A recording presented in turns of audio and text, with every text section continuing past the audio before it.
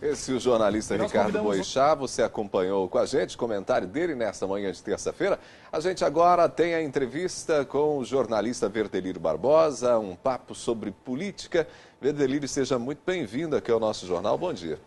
Bom dia, parabéns pelo jornal, cidade e a região que, sem dúvida, ganha um espaço aí muito importante. A gente está depois mostrando que é nosso e principalmente na área que vocês estão atuando, mostrando a educação, a saúde, o agronegócio.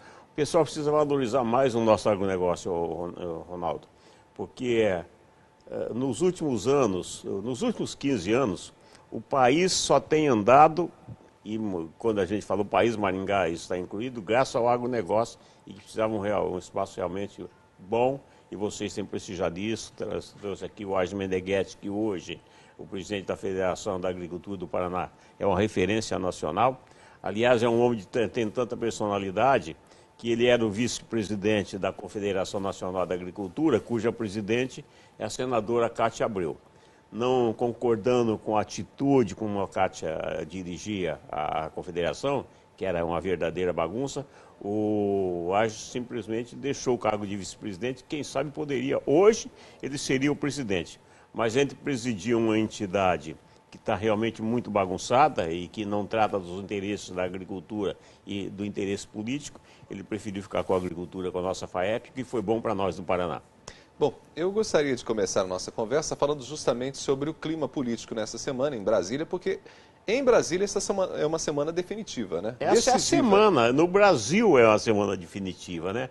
Porque hoje nós teremos a entrega do relatório do Senado, e já, quem sabe, na sexta-feira, ou no máximo até terça-feira que vem, já nós teremos então o julgamento desse relatório, quando pode acontecer já o afastamento da presidente Dilma Rousseff.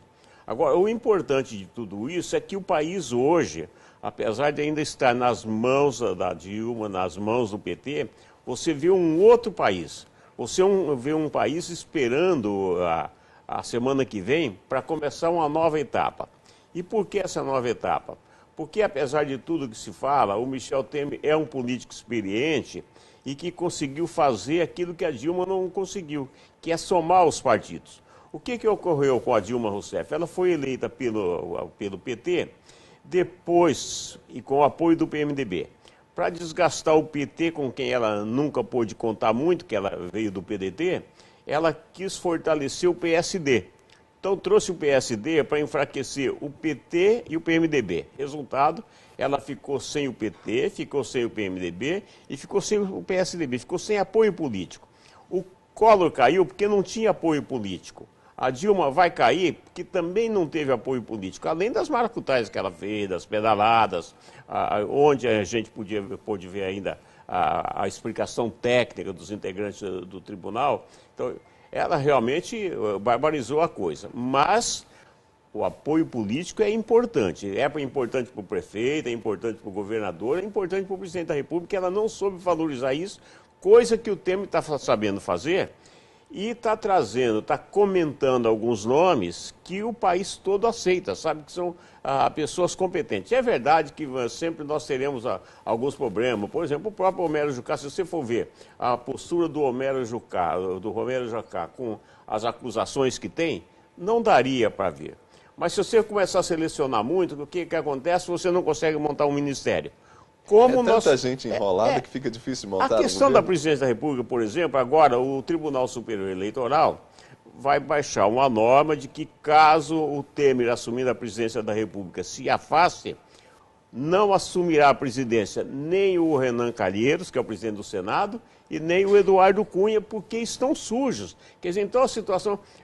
É difícil você pegar um país como hoje. Você pega, por exemplo, o seguinte: nós temos hoje a Dilma com todo esse problema. Vem o Temer, que também tem o problema das prestações de conta dele. Sai o Temer, vem o Eduardo Cunha, que está com 13 processos. Sai o Eduardo Cunha, vem o Renan Calheiros, que tem 10 ou 12 processos. Aí você fala dos candidatos, aí você vê o Aécio Neves também envolvido. Então, a situação do país é realmente muito difícil. A gente precisava de uma renovação. Eu estava dizendo ainda ontem, você fala, não é porque é nosso, não. Mas se tivesse uma estrutura boa, o Partido Verde, quem seria um bom candidato nesse momento seria o Álvaro Dias. Porque, apesar do pessoal falar em Marina e tal, mas o Álvaro tem uma postura boa, sempre se portou bem e é limpo. Então, isso é que a gente precisa analisar na época da eleição. Por que, Ronaldo? O compromisso do Temer hoje é de um mandato só. Quer dizer, então daqui 2 anos nós teremos eleição. Precisamos pensar desde já quem será o presidente da República. Verdelírio, eu gostaria de agradecer sua disposição em vir conversar com a gente.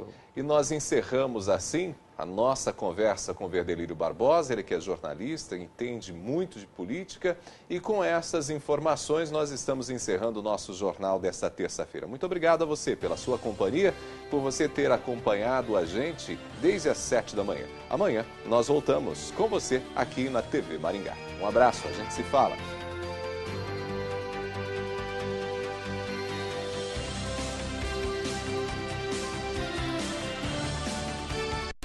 .com News